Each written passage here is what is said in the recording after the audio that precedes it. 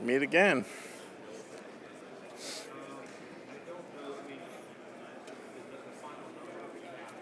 Okay, I appreciate it. Todd, with Go. Smith this season, moving to safety, why don't you evaluate that after the season? Do you feel like that's the position for him long term, or do you envision maybe a path back to the Nichols for him? It's definitely a position for him long term. We thought he was our best player probably up until he hurt his shoulder. Probably three-quarters of the way through the season, he was our best tackler. He was our tone setter, and I thought he was on his way to a heck of a season. But he's definitely a safety.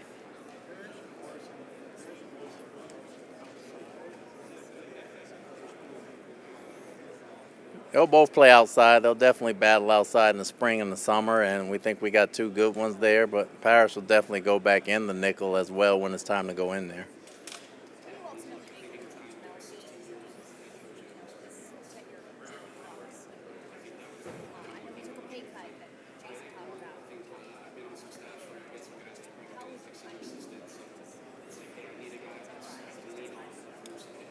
I thought Dane had a very good season. I thought he came back and had a solid season. His whole thing since he's been here has been injuries, kind of. He's had some injuries and availabilities coming to play, but he's put together a heck of a season this past season. He's earned his right to free agency and probably try to recoup and get some things back. So you never know how those things go. But I've spent my whole time here with Dean since we drafted him. It's never been a talent thing. It's always been an injury thing and an availability thing.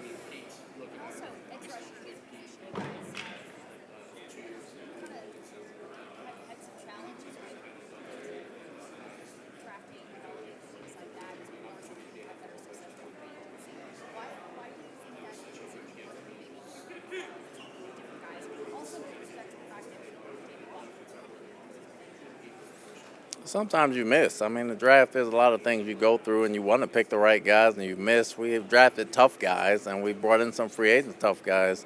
Pass rush is not where we want it to be. Obviously, we got to coach it better, and they got to play it better. But that's a position that's obviously of need, as a few other ones are going into the draft and free agency that we know we need to address, and hopefully we can get that fixed and ironed out.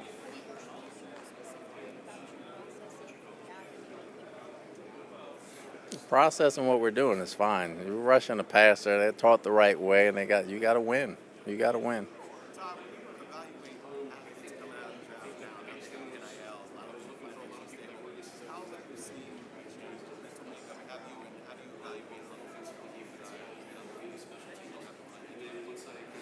We evaluate them as football players, not how much they make. And, their work ethic and everything else will tell you how much they want it and how much they want to play. So we stick to that route right there, and the players will come to the top, and the other guys will kind of sort themselves out.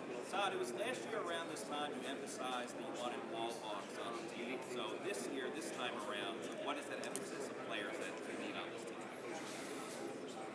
I think we need to get bigger. From a team standpoint, I think we need to get bigger. We're smaller at some positions. From a size standpoint, I like to get bigger regardless of what position it is. And I think that'll be a little more emphasis this year. Coach, you mentioned making some tweaks to the team's practice plan. Can you elaborate on some of the changes that you want to see going forward? No, we haven't made them yet. It's just all about who we get and how we want to practice. We're still going through that process right there, but we definitely want to change some things in practice and not do the things that we have done in the past. And we've done some homework with some other teams and still kind of sorting through that process. But through all the injuries last year and some of the free agents getting a little bit up there in age, how much are you leaning on this draft? We lean on the draft every year. We think we do a good job bringing guys out. We have 5 guys that contributed from last year's draft, and the previous couple drafts we had a lot of guys that contribute, but we always sign or try to find some key free agents that can help us going forward. But definitely the draft is something we're looking forward to. Where do you feel your biggest gap is with creating depth on the depth chart? I think we need depth everywhere. We really do need depth everywhere right now. Probably because we only have 2 inside backers under contract. You can say linebacker right now, but there's a few other spots that we need depth at that we got to address.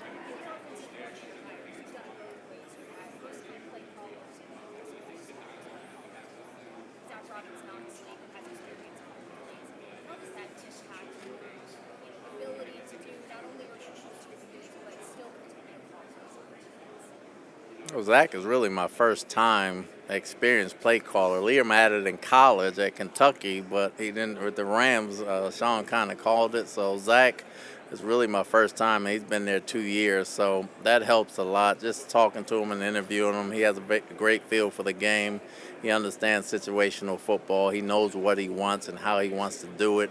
And just playing against him the last 2 years, I think I got a good feel for what he likes to do and wants to do, and I think he'll help us. Coaching hiring cycle, 10 head coaches, no black coaches hired, 21 offensive coordinators, only one black offensive coordinator hired. Why do you think it's still such a challenge for black coaches? I don't think I'm the one. I get that question every year, and I think when you guys start answering that question, we'll start getting some results. We can sit up here and talk all we want, but we're coaches who happen to be black.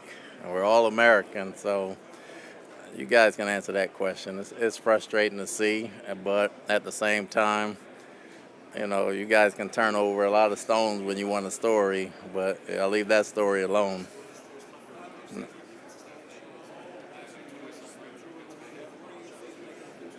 Can you say that again, please?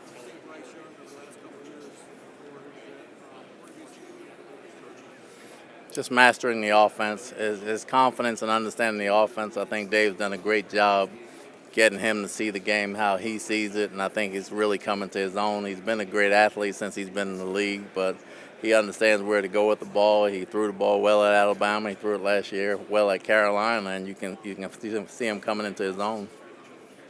Coach, where's Dave Walker at sort of in that recovery process? He's coming along. I mean, we'll see in the spring. He's doing a lot better. He's kind of working out and doing some things. I'll see exactly what he can do in the spring, so hopefully he'll be full go by summer. Inside linebackers obviously seen as a need this offseason. What do you think about Sebastian Dennis? Do you still think he can be a starter? He can be a starter if he cleans up his open field play. He played well against the run. He gave up some things in the pass game that we didn't like. It was his first full year starting, so we look for him to get better. But he'll definitely have competition. Todd, what are the Eagles getting in Josh Grizzard as a pass game coordinator? Josh is a bright guy. He's a very bright guy. It was his first time out. I think his future, his best coaching is ahead of him, and I wish him the best. You guys obviously want to bring Mike Jones back, but if he chooses to leave, how do you guys feel about the receiver core losing that leadership, but still having a Emeka who can lead and step up? Is it okay for me to answer that if it happens? I don't want to answer that right now. That's a tough one. You don't want to jinx it. I don't want to jinx it. Coach, what does Chris Braswell need to do to be ready to contribute at a higher level this season? Just got to come off the ball consistently. I thought Chris made great strides last year, especially what we asked him to do. He's got to take it over this year. He really has to take it over this year. He showed flashes, but not fast enough flashes, and I think if we gave him a chance, I think he'll do a lot better job this year.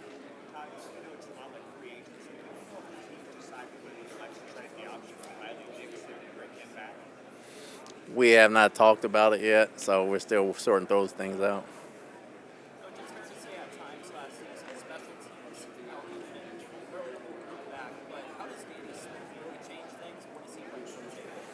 A lot of energy in the building. He might be the only one to out-coach Coach Moore. In my opinion, he's got a lot of energy. He's been in the game a long time. He's very smart. He's very bright. He can get the most out of guys, and he's going to hold everybody accountable, and look forward to seeing him coach. Baseball's up here. He expressed full confidence in me and Baker for what gives you guys the confidence that he's still a guy who's Baker can play. We've had him for 3 years now. We've gotten to know him. He's the same guy that we've known in 3 years. He's won some great games for us. We hadn't finished, especially this past year, the way we wanted to. And there's some interceptions he'd like to have back, but he knows that. But we're very confident in Baker and look forward to him being better this year.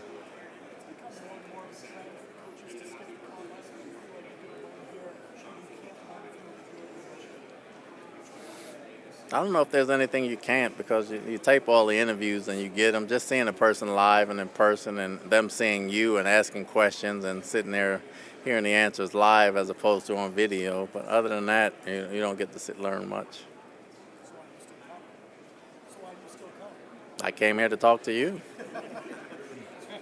Coach, what specifically about Zach Robinson stood out to you during the process in terms of evaluating last year and saying, we don't have this or this, and we need this, and this guy can bring us that? Was there something like that that stood out during the interview process with Zach Robinson?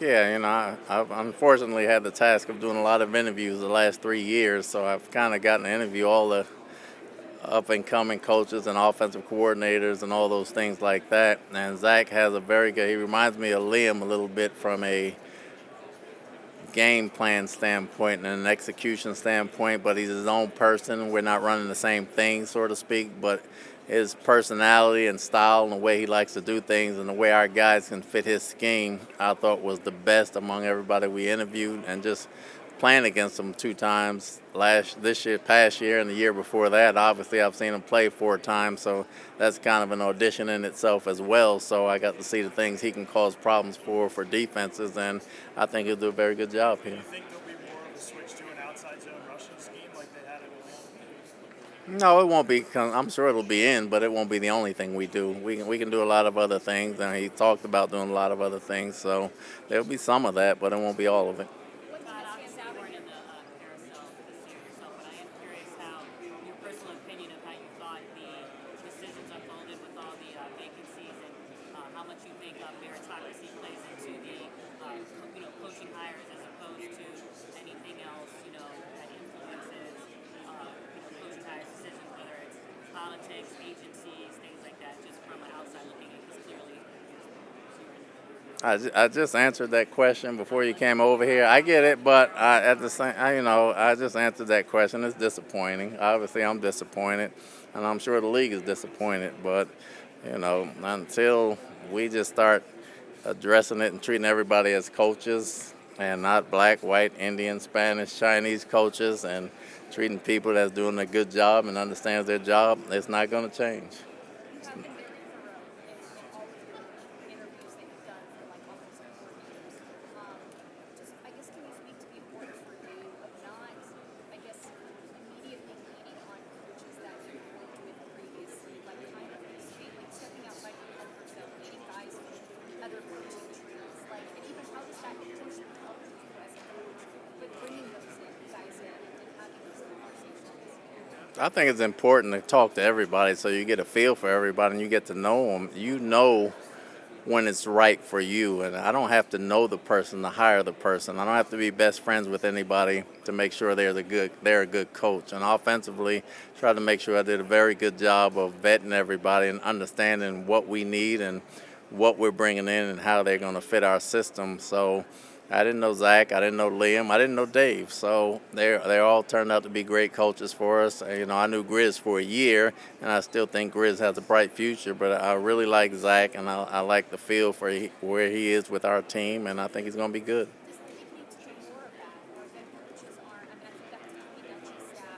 I don't know if you ever met Lovie Smith before, but he knew he was this really great assistant at Ohio State that he wanted to talk to. Coaches maybe need to do more of stepping outside their comfort zone, not immediately relying on someone that they had previous relationships with. Well, I'm sure some of them do. I can't speak for everybody. Some of them do, some of them don't. Sometimes you got to have people watching your back, and sometimes you got to have brand new people. And it's a good mix between all of it. And depending on whoever the coach is, it's their preference. Todd, how important was it to see Jalen McMillan produce the way he did when he returned at the end of the season, just knowing how serious of an injury it was and kind of what it means for the wide receiver going into next year, too, and how helping the offense? I was just happy to see him come back. There was a point in the season where I didn't know if he would come back, and then if he came back, I didn't know if he would have the jitters, especially with a neck injury. And I think the first game back, he took a vicious hit and kind of fell on his neck, and he got up like nothing happened, and then I was happy after that. But Jaden's a very talented guy. He's a very passionate guy. I think he fits in great with the receiver room. He's a workhorse. He comes out to work every day. I think he's got some great football ahead of him, and I'm glad he's back.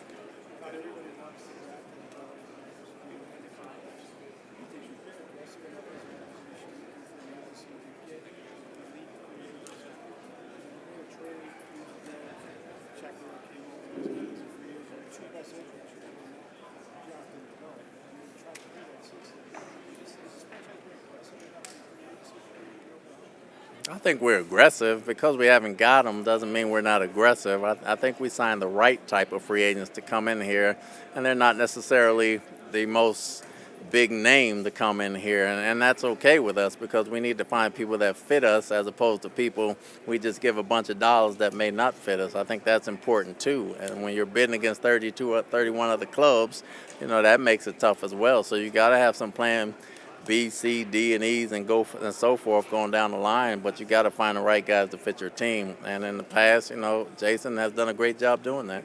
Todd, there's been a focus conversation when it comes to athlete mental health, obviously, is there something that individual teams are missing when it comes to making sure that players are okay? They have a crisis hotline. They can get free counseling sessions and away from it. You've got the player engagement. You've got the psychologists that regularly come to facilities. Is there anything that's missing that the league could maybe be doing differently or better to help guys? If there is, I don't know if there is. I mean, we're doing everything we can, and it's hard to help someone if they don't ask for help. And that's the biggest thing. We're not mind readers, and we got psychologists and we got people that can do everything, and every team does. But, some people go through depression on their own and they hide it very well, and I don't know what to do about that, and it's disheartening, and I hope there are other things that we can do, but I don't have the answer to that right now. Thank you. Yep.